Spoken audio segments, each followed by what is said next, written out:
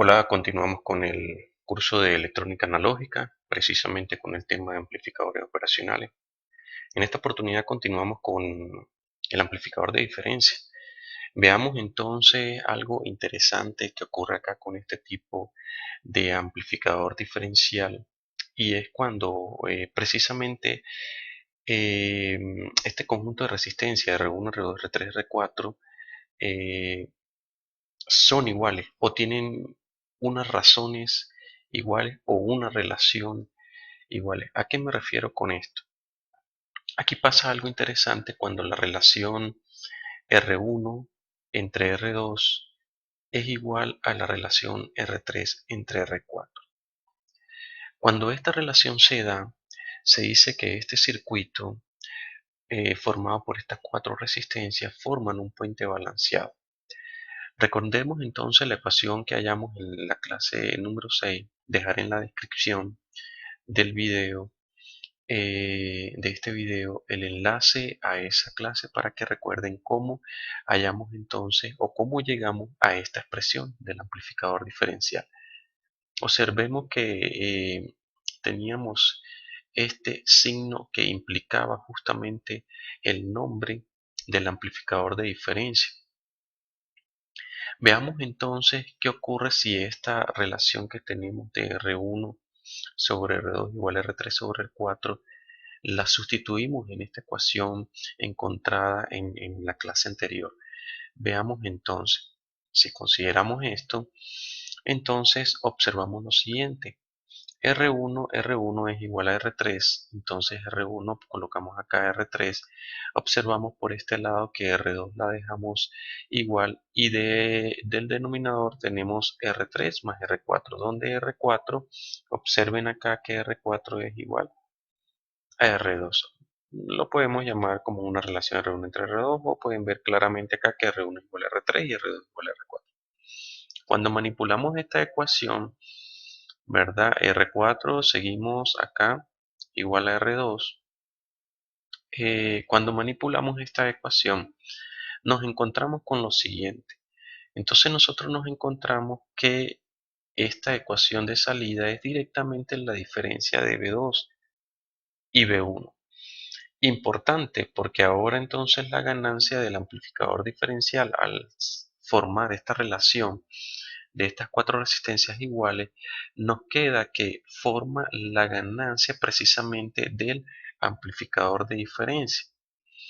Finalmente, entonces, este amplificador de diferencial es muy importante como componente de los amplificadores de instrumentación que abordaremos en unos próximos videos. Entonces, acá lo importante de hacer esta relación es, resumiendo, llegar a esta ecuación que estamos acá un poco más simplificada. Pasemos entonces a otro tipo de amplificador importante que es el amplificador derivador. Para esto nos vamos a apoyar en la ecuación del capacitor I sub C igual a C derivada de B sub C con respecto al tiempo. Observemos acá que entonces este circuito tiene una retroalimentación negativa a través de R y que el punto o la entrada no inversora del amplificador operacional está conectada directamente a 0 voltios, lo cual se va a reflejar en la entrada inversora. Vemos también que al tener por acá la corriente igual a 0, en este punto la corriente I sub C se hace igual a la corriente I sub R. I sub R, por lo tanto, es la relación que tenemos entre 0 menos B sub 0 entre R.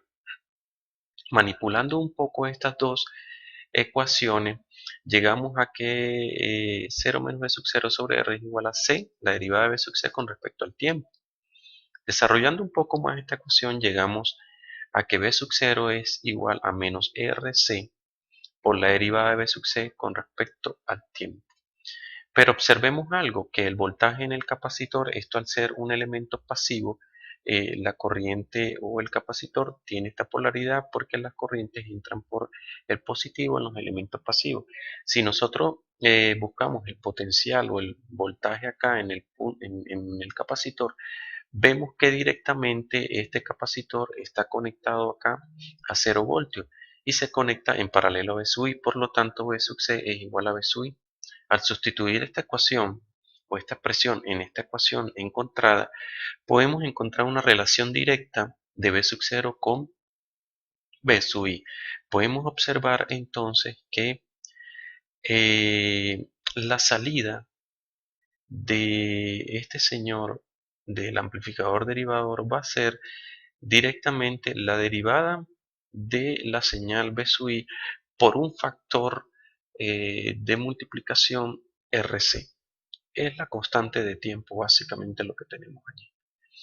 Entonces, este circuito es muy importante y sin embargo, si nosotros tratamos de implementarlo, vamos a encontrarnos con unos problemas de inestabilidad que veremos próximamente en otros cursos.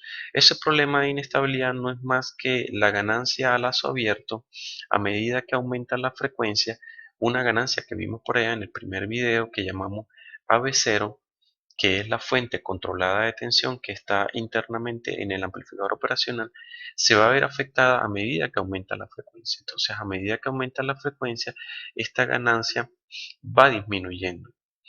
Entonces, este problema o esta desventaja que tiene este circuito de inestabilidad se corrige básicamente incorporando una resistencia RS en serie con el capacitor C. Entonces, pasemos a otro tipo de amplificador o otra configuración del amplificador operacional, el amplificador integrador. Este integrador nos apoyamos también, que, como en el caso anterior, de la expresión del capacitor y su cese de la derivada de su C con respecto al tiempo. Podemos observar también que esta corriente que entrega la fuente B sub I, I es igual a la corriente que pasa por el capacitor. Entonces, estas dos resistencias, al ser igual, hacemos una igualación entre ellas y llegamos a esta expresión.